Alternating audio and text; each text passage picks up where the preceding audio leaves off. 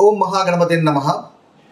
మనము శనిగ్రహం వల్ల కలిగేటటువంటి ఫలితాలు ఏ విధంగా ఉన్నాయో చూద్దాం. ముఖ్యంగా ఈ సంవత్సరంలో శనిగ్రహం యొక్క మార్పు, శనిగ్రహం యొక్క సంచారంలో మార్పు అనేది కలుగుతుంది. ఈ మాసంలో అంటే మార్చి నెలలో 29వ తేదీ రోజు శని మనకు కుంభరాశి నుంచి మీనరాశిలోకి సంచారం చేస్తున్నాడు. శనిగ్రహం ముఖ్యంగా ప్రతి రాశిలో 2.5 సంవత్సరాలు సంచారం చేస్తాడు. అంటే 2.5 సంవత్సరాల తరువాత మనకు ఈ శనిగ్రహము మీనరాశిలోకి సంచారం చేస్తున్నాడు. కాబట్టి ఏదైతే 2.5 సంవత్సరాల నుంచి వస్తున్నటువంటి ఫలితాలలో మార్పులు అనేవి ప్రతి రాశి వారికి ఈ శనిగ్రహం వల్ల కలుగుతాయి. అయితే ముఖ్యంగా అందరము శని అంటేనే చాలా వరకు భయపడుతూ ఉంటాం. అంటే 7 ఏళ్ల అర్ధమ శని కానీ, లేదా అర్ధాష్టమ శని కానీ, లేదా అష్టమ శని కానీ అంటేనే ఇక కష్టాలు తప్పవు, బాధలు తప్పవు అని చాలా మంది యొక్క అభిప్రాయం. అయితే ఈ శనిగ్రహం వల్ల ఏదైతే ఈ అభిప్రాయం ఉందో అది చాలా తప్పుడు అభిప్రాయం. ఎందువల్లంటే శనిగ్రహం ఇచ్చేటటువంటి ఉత్తమమైనటువంటి ఫలితాలు ఏ గ్రహం కూడా ఇవ్వదు. అదేవిధంగా శనిగ్రహము నేర్పేటటువంటి జీవిత కాల పాఠాలు ఏ గ్రహం కూడా నేర్పదు. కాబట్టి శనిగ్రహము వల్ల ప్రతి వ్యక్తికి చాలా మంచి ఉపయోగాలు, మంచి ఫలితాలు కలుగుతాయి. ఒకవేళ మనము చరిత్రను కనుక చూసినట్టయితే శనిగ్రహము వల్ల అదేవిధంగా ఈ 7 ఏళ్ల అర్ధమ శని కానీ, లేదా అర్ధాష్టమ శని కానీ, అష్టమ శని కానీ అనుకుంటున్నాము. ఆ యొక్క సమయాలనే అంటే 7 ఏళ్ల అర్ధమ శని, అర్ధాష్టమి మనకు 2.5 సంవత్సరాలు ఉంటుంది. అదేవిధంగా అష్టమ శని కూడా మనకు 2.5 సంవత్సరాలు ఉంటుంది. ఈ కాల సమయంలోనే చాలా మంది వ్యక్తులు ఎంతో ఉన్నత స్థానాలను కూడా పొందిన వారు ఉన్నారు. అదేవిధంగా వాళ్ళ జాబ్లో కూడా ఎంతో హై పొజిషన్స్ కూడా పోయిన వారు ఉన్నారు. కాబట్టి ఈ యొక్క శనిగ్రహం గురించి ఎటువంటి భయాందోళనలు పొందవలసినటువంటి అవసరము లేదు అని మనవి. ఇక మనం చూసినట్టయితే శనిగ్రహం ఏంటి అంటే శనిగ్రహము కర్మకారకుడు. మన గ్రహాల్లో చూసినట్టయితే రవి ఆత్మకారకుడు, శని కర్మకారకుడు. అంటే శని మనము చేసినటువంటి కర్మలకు అనుగుణంగా ఫలితాలను ఇస్తాడు. అంటే మీరు మంచి కర్మలు చేసినట్టయితే మనకు మంచి ఫలితాలు వస్తాయి దానికి తగినట్టుగా. అదేవిధంగా మీరు చెడు కర్మలు చేసినట్టయితే చెడు ఫలితాలను కలుగుతాయి. కాబట్టి శని ముఖ్యంగా మన కర్మకారకుడు అని అంటారు.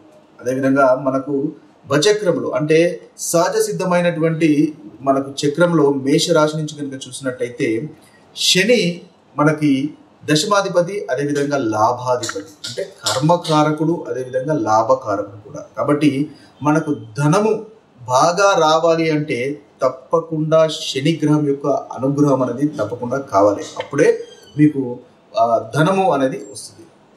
ఇక మనము న్యూమరాలజీ ప్రకారంగా కూడా చూసినట్టయితే శనికి 8వ నంబర్ ఇస్తాము. అంటే మనకు శని 8వ నంబరు అనేది ధనానికి ముఖ్యంగా మూలకారణం. మనకు ధనము రావాలి అంటే తప్పకుండా మనకు శని అనుగ్రహం అనేది ఉండాలి. ఇక మనం జాతకంలో కూడా చూసినప్పుడు మనకు అన్ని రకాలైనటువంటి మనకు ఫలితాలు వస్తుంటాయి. అంటే గృహము నిర్మించుకోవడము, లేదా వివాహం కావడము, ధనలాభాలు, ఇవన్నీ కూడా మనకు జరుగుతున్నప్పుడు ఈ శనిగ్రహం యొక్క సంచారం వల్లనే, ఆయా గ్రహాలకు శనిగ్రహం యొక్క సంచారం కలిగినప్పుడు మాత్రమే ఈ ఫలితాలు అనేవి వస్తుంటాయి. ఎందువల్లంటే శనిగ్రహము జాతకంలో మనకు కలగాల్సినటువంటి ఫలితాలను ఎగ్జిక్యూట్ చేస్తూ ఉంటాడు.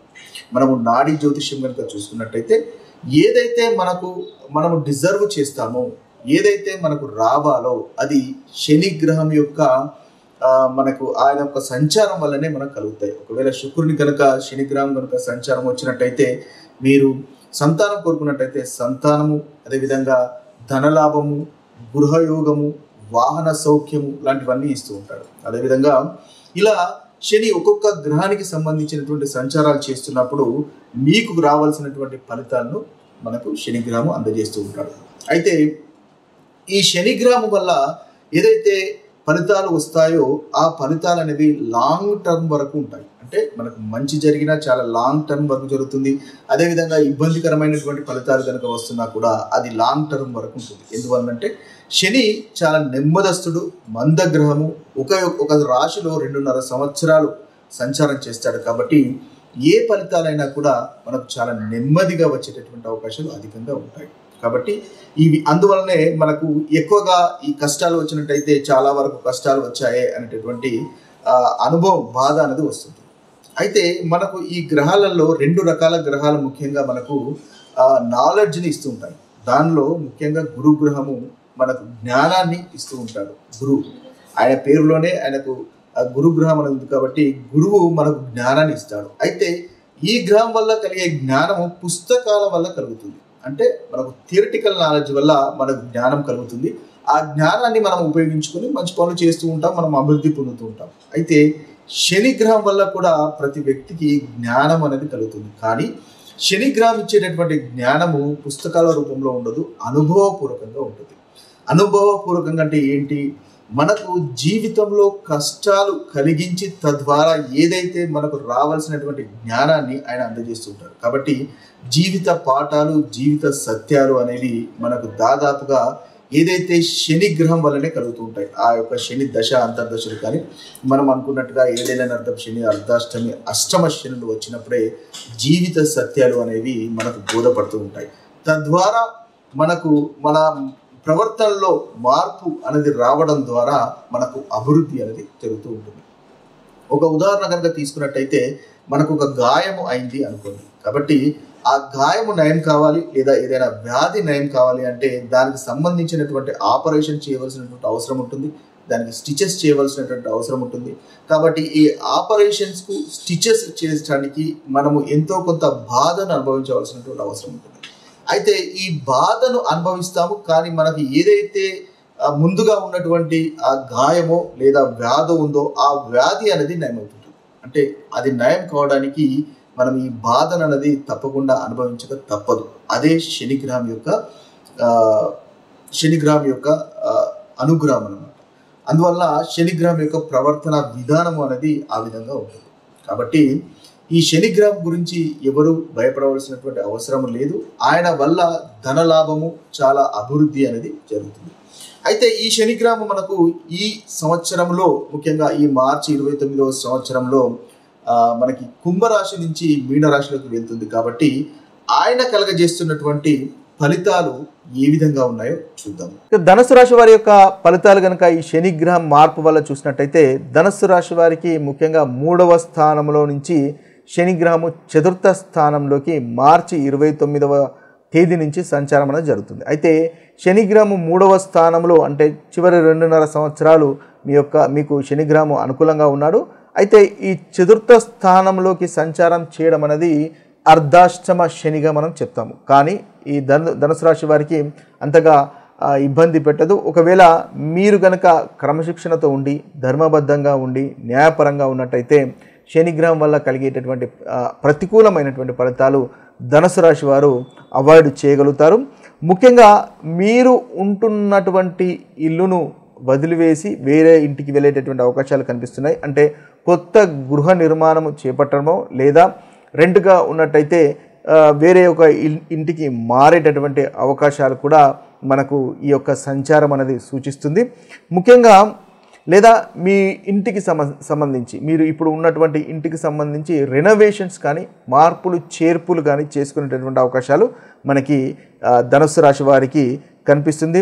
కొన్ని సందర్భాల్లో ఇల్లు కొనడము లేదా ఇల్లు కట్టడము లాంటివి కూడా మనకు జరిగేటటువంటి అవకాశాలు కనిపిస్తున్నాయి. అయితే తద్వారా ఏమవుతుందంటే ఆరోగ్యము అంటే ఈ యొక్క పనుల్లో బిజీ కారణంగా కాస్త ఆరోగ్యము ఇబ్బంది పెట్టేటటువంటి అవకాశాలు కనిపిస్తున్నాయి. కాబట్టి తీసుకునేటటువంటి ఆహార విషయంలో ధనుసు రాశి వారు చాలా బాధ్యతాయుతంగా మీరు ఒక క్రమబద్ధీకరణంగా తీసుకోవాల్సినటువంటి అవసరం ఉంటుంది. తద్వారా మీ యొక్క ఆరోగ్యాన్ని మెరుగుపరుచుకునేటటువంటి అవకాశం ఉంటుంది. అదేవిధంగా యోగా, ధ్యానము, మెడిటేషను, వ్యాయామం లాంటివి చేయండి. తద్వారా ధనుసు రాశి వారికి ఈ యొక్క శని సంచారం వల్ల మంచి ఫలితాలు అనేవి కలుగుతాయి. ఇక తల్లిగారి యొక్క ఆరోగ్యము కూడా జాగ్రత్త చూసుకోండి. 4వ స్థానము తల్లిగారికి సంబంధించినటువంటి స్థానము కాబట్టి ఆమె యొక్క ఆరోగ్యం కూడా జాగ్రత్తగా చూసుకోవాల్సినటువంటి అవసరం ఎంతైనా ఉంటుంది. అయితే 4వ స్థానము అనేది ముఖ్యంగా జనరల్ హ్యాపీనెస్కి సంబంధించినటువంటి స్థానము. శని యొక్క సంచారము అందులో ఉంటుంది కాబట్టి యోగా, మెడిటేషన్, ధ్యానము చేసుకోవడం మంచిది. ఓపిక, సంయమనం పాటించడం వల్ల మీరు మీ యొక్క జనరల్ హ్యాపీనెస్ అనేది ఇంకా అభివృద్ధి ఉండేటటువంటి అవకాశాలు అనేటివి మనకు అధికంగా గోచరిస్తున్నాయి. అయితే శత్రువులతో కాస్త దూరంగా ఉండండి. కాబట్టి శత్రువులతో అనవసరమైనటువంటి వివాదాలకు కానీ వాగ్వివాదాలకు కానీ మీరు అవాయిడ్ చేసే ప్రయత్నం చేయండి. వాటిలో పాలు పంచుకోకుండా ఉండడం అనేది మీకు చెప్పదగినటువంటి సూచన. ముఖ్యంగా ఆరోగ్య విషయంలో కాస్త ఉండేటటువంటి అవకాశం జాగ్రత్తలు కనుక మీరు చూసుకున్నట్టయితే దాదాపుగా మనకు ధనుసు రాశి వారికి అంతగా ప్రతికూలమైనటువంటి ఫలితాలు అనుభవంలోకి రాదు. మీరు కూడా చాలా చక్కటి ఫలితాలే మనకు ధనుసు రాశి వారికి ఈ శనిగ్రహం వల్ల గోచరిస్తున్నాయి. ముఖ్యంగా ఇంటికి సంబంధించింది కొత్త వీళ్ళు కొనుక్కోవడము కట్టుకోవడం లాంటి ఉత్తమమైనటువంటి ఫలితాలు ఈ యొక్క సంచారంలో తప్పకుండా ధనుసు రాశి వారికి కలుగుతున్నాయి. ఇక శనిగ్రహము వల్ల కలిగేటటువంటి బాధలు తొలగిపోవడానికి పరిహారాలను కనుక మనం ఒకసారి గమనించినట్టయితే శనిదేవుని యొక్క ఆరాధన అనేది ముఖ్యంగా ఒక మంచి పరిహారంగా మనం చెప్పుకోవచ్చు. శనివారం శనిదేవునికి శనీశ్వరునికి నైవేద్యాలు సమర్పించడం వల్ల ఉత్తమమైనటువంటి ఫలితాలు కలుగుతాయి. అదేవిధంగా శని గాయత్రి మంత్రము లేదా ఓం శం శనిశ్చరాయ నమః అనేటటువంటి మంత్రాన్ని కూడా శనివారం 108 సార్లు జపించడం వల్ల శనీశ్వరుని వల్ల కలిగేటటువంటి బాధలు తొలగిపోయే అవకాశాలు మనకు అధికంగా ఉంటాయి. అదేవిధంగా శనిదేవునికి నల్ల నూనెతో కనుక మనము దీపం వెలిగించడం అనేది శుభప్రదంగా చెప్పుకోవచ్చు. ఇవే కాకుండా శనీశ్వరునికి ఇంకా వివిధ రకాలుగా పరిహారాలను చేసుకోవచ్చు. ఇక చూసినట్టయితే దానం చేయడం వల్ల కూడా శని వల్ల కలిగేటటువంటి బాధలు తొలగిపోతాయి. ముఖ్యంగా బీదలకు నల్లటి వస్త్రాలు దానం చేయడం వల్ల మంచి ఫలితాలు కలుగుతాయి. అదేవిధంగా గోశాలలో గోవుకు మనము ముఖ్యంగా సేవ చేసుకోవడం వల్ల కూడా మంచి ఫలితాలు కలుగుతాయి. అనాథలకు ఏదైనా తినడానికి మీరు ఇవ్వడం వల్ల ఆహారం దానం చేయడం వల్ల కూడా శనిగ్రహం వల్ల కలిగేటటువంటి బాధలు తొలగిపోతాయి. అదేవిధంగా హనుమంతుని ఉపాసన చేయడము హనుమాన్ చాలీసా పఠించడం వల్ల కూడా మనకి శనిగ్రహం వల్ల కలిగేటటువంటి బాధలు మనకు తొలగిపోతాయి.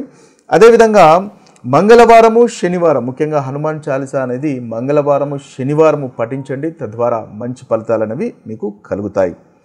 ఇక చూసుకున్నట్టయితే ముఖ్యంగా శని దేవుని యొక్క అనుగ్రహం పొందడానికి తీసుకోవాల్సినటువంటి నల్ల నువ్వులు తినడము లేదా నల్ల నువ్వులతో చేసినటువంటి నూనెతో తలను మర్దనము చేసుకోవడం వల్ల కూడా మనకు మంచి ఫలితాలు అనేవి కలుగుతాయి.